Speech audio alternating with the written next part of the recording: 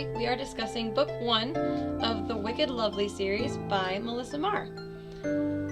My first impressions of this book, I had really, really high expectations of this series. I mean, I've only read book 1, but after reading book 1, I just felt very meh. And, I mean, my expectations were really high, and it definitely didn't meet my expectations. I can't remember who or how long ago, but this series was recommended to me, and then I found a few of them at a book sale event, so I was like, okay, yeah, I'll get them, I'll try them. Someone told me they'd be really good, and like, I didn't hate them. Like, don't get me wrong, they were not bad, but I didn't love them either, and that's like the hardest thing is, like, I'm trying to figure out how to describe this book, because it wasn't good, it wasn't bad, it just sat in the middle for me. Definitely, I give it 3 stars, because there were good things to this book, but there was a lot that was just very meh.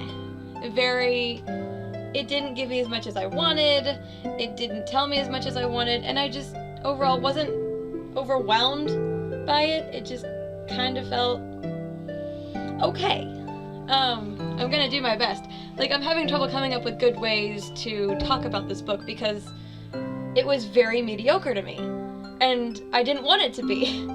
I think it started off by how long it took to really see the plot moving, because there was not a lot of plot movement in this one. Now, and I understand, in a series like this, I think there's 5 or 6 books in this series, in a book series like this, you're going to have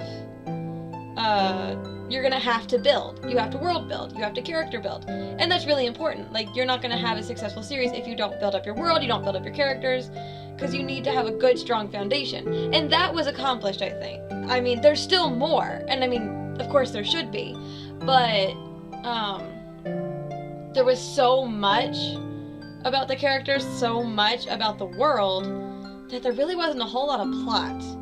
Like, by the time I got to like chapter 4 or 5, I was like, oh, I know exactly what's coming, and I was right. It was very predictable, and predictable is not always bad. In young adult fiction, I've found, especially like in fantasy genres, there are certain patterns that tend to be seen, and those aren't bad, it's just how you use them.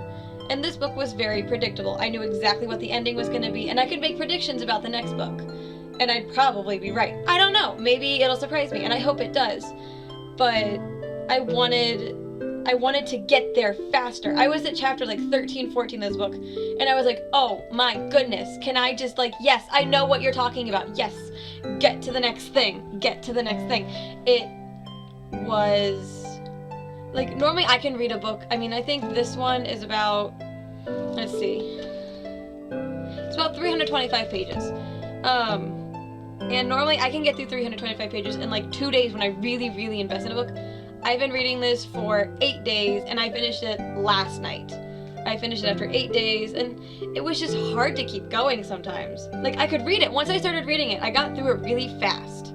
But I just didn't want to keep reading sometimes because I was like, come on, give me more. I know what you're talking about. I know what's happening. Now let's move it on a little faster.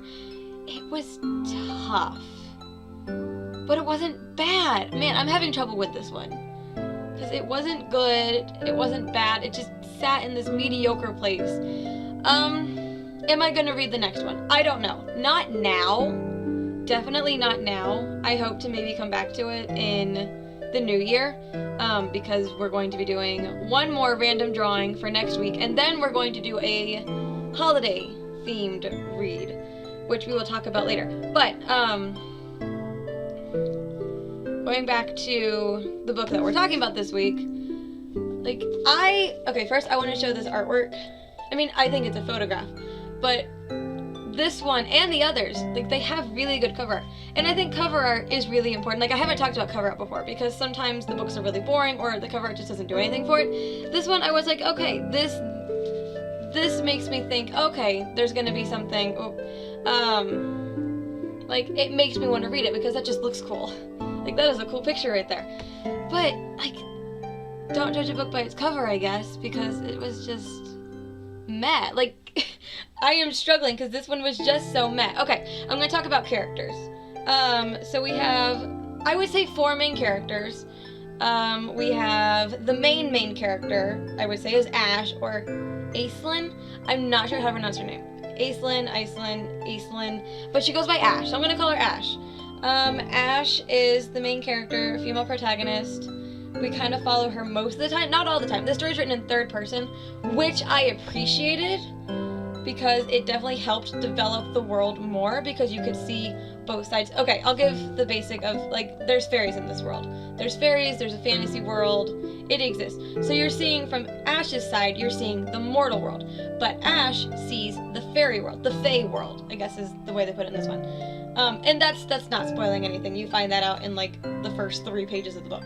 That she can see them, she has the sight. Which is not a new term, that's seen in lots of series. And that she sees them, and that she's being pursued by a fae. That's pretty much the premise. She's being pursued by a fae. She doesn't know why. She doesn't know what's going on, but she doesn't like it because she's been told her whole life, don't talk to them, don't let them know that you can see them. Oh, what was the other one? There are 3 rules. Don't stare at invisible fairies, don't speak to invisible fairies, don't ever attract their attention. I loved reading the back of the book. I read the back of this book and I was like, oh, this is gonna be great. But, like, the back was misleading, I guess.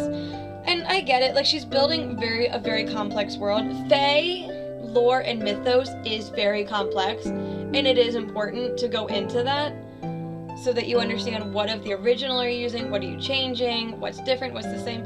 I've read other series about the Fae. I think another one I read that kind of reminded me of is, I think it's called The Iron Fae. It's like Iron Prince, Iron Queen, Iron King. I can't remember all of it. It's been a while. I got similar vibes from that in this one, but that one, hopefully we'll get to review that one eventually and go back and read it again. That one I enjoyed. It was a lot in depth. This one I could skim. I could skim read and know exactly what was happening, which can be good or bad. Like, if you can read something really, really fast, that can sometimes be a good thing. But sometimes you're like, I want more. I want to be forced to read every single word. I want to be forced to read, at least not be able to skip, like, whole paragraphs, like, or just skim a paragraph and still you can pick it right back up. I don't want to feel like there's unnecessary statements, I guess. But that's just one of my pet peeves in reading, is I don't want to feel like there's a waste of words. I guess all I can say is I will probably come back to this. I hope to come back to it. I really hope that the rest of the series gets better. I really do. Because I wanted to like it. I did. I had really high expectations. And I don't think it's going to disappoint in the long run. Like, sometimes some authors just spend book 1 really world building, and that is important.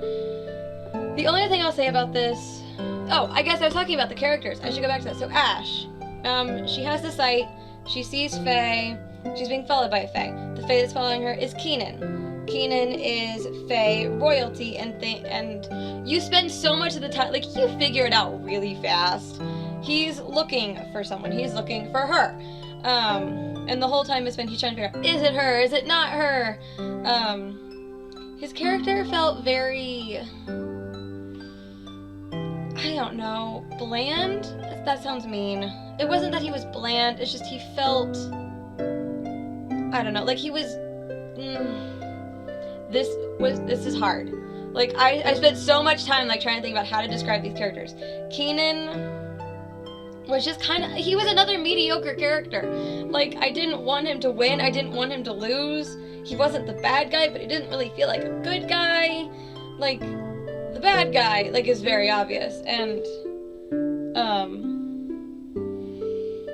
like, you figure out who the bad guy is really fast. But he didn't really feel like a good guy either. But then he's Fae, and Fae don't follow the same rules as mortals, so, like, he kind of has a reason to not act good.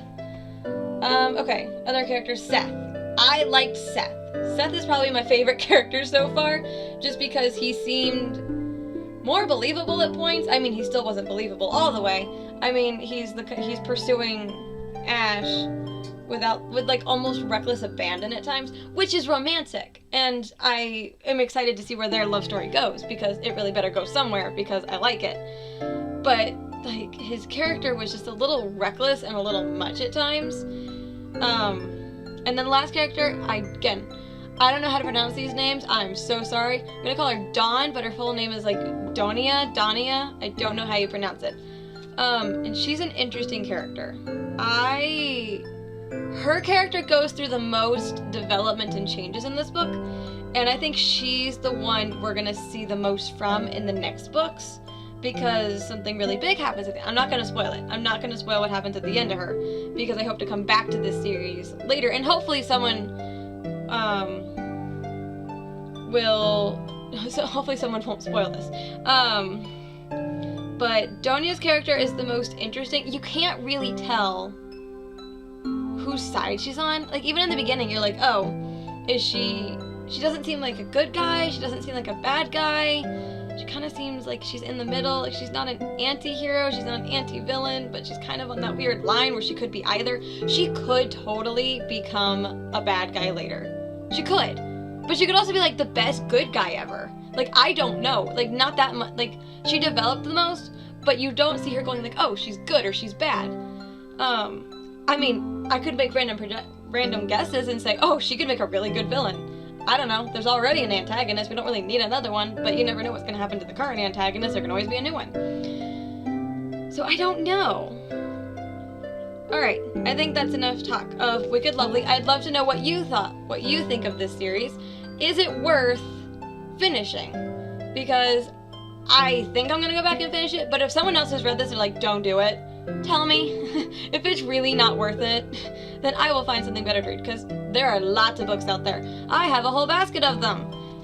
Because we are going to do our next random drawing. I gotta grab the basket.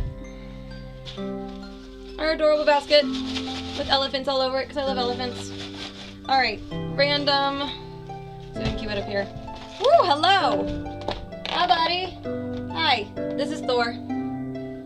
He likes to join us for videos.